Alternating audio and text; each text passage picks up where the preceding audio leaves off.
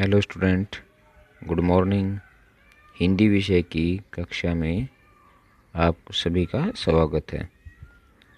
कल हमने कविता हम पंछी उन्मुक्त गगन के, जिसके कवि शिवमंगल सिंह सुमन हैं, से पहले तीन पद्यांश का सरलार्थ किया था और आज पद्यांश 4 है जिसका हम सरलार्थ करेंगे। वो है, ऐसे थे अरमान की उड़ते।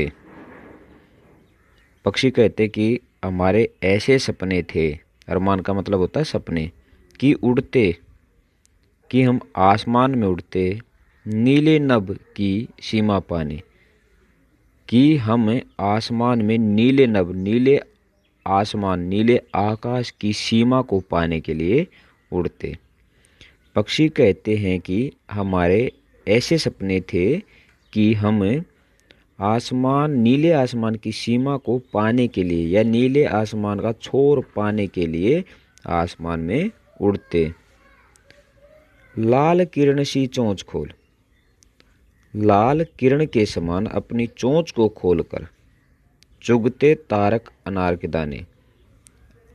लाल किरण के समान अपनी चोंच को खोलकर हम तारे रूपी अनार के दानों को खाते। इसके बाद आता है पद्यांश नंबर 5।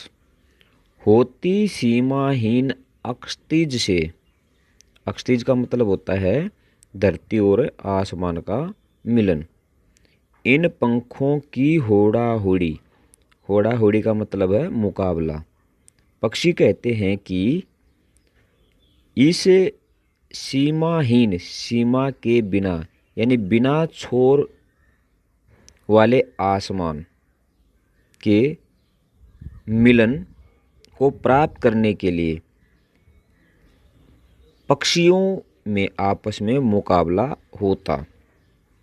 या तो अक्षतिज मिलन बन जाता या तो धरती और आसमान के मिलन को प्राप्त कर लेते, या तंती सांसों की डोरी, या हमारी मृत्यु हो जाती। तो सीमाहीन का मतलब है जिसकी कोई सीमा न है, न हो। अक्षतिज का मतलब होता है धरती और आसमान का मिलन। होड़ा उड़ी का मतलब होता है मुकाबला। तंती सांसों की डोरी का मतलब है मृत्यु को प्राप्त हो जाना। इसके बाद आता है लास्ट पद्यांश है, नीड ने दो चाहे टहनी का। अब पक्षी कहते हैं मनुष्य को, जो क्या करते हैं, पक्षियों की आज़ादी को छीन लेते हैं, उन मनुष्यों को पक्षी कहते हैं। नीड ने दो, नीड का मतलब आश्रय, चाहे टहनी का, चाहे हमें टहनी का। पक्षी कहते हैं कि चाहे हमें टहनी पर घोंसला बनाने की जगह न दो, आश्रय छिन्न भिन्न कर डालो, चाहे हमारे घोंसले को तोड़ डालो, लेकिन पंख दिए हैं तो, लेकिन भगवान ने हमें पंख, उड़ने के लिए पंख दिए हैं। आकुल उड़ान में विघ्न न डालो, इसलिए हमारे उड़ने की इच्छा में बाधा मत डालो। आकुल का मतलब है इच्छा, उड़ान माने उड़ने की, में विघ्न का मतलब बाधा, हमारी उड़ने की इच्छा में बाधा मत डालो। तो ये हमारी जो प्रथम कविता थी वो थी हम पंछी उन्मुक्त गगन के। इस कविता में हमने पढ़ा कि पक्षियों को स्वतंत्र रूप में आसमान में उड़ने की इच्छा है। यदि पक्षियों को कैद करके रखेंगे तो वो मृत्यु को प्राप्त हो जाएंगे या वो जी नहीं पाएंगे। तो इसलिए हमें पक्षियों को कैद करके नहीं रखना चाहिए।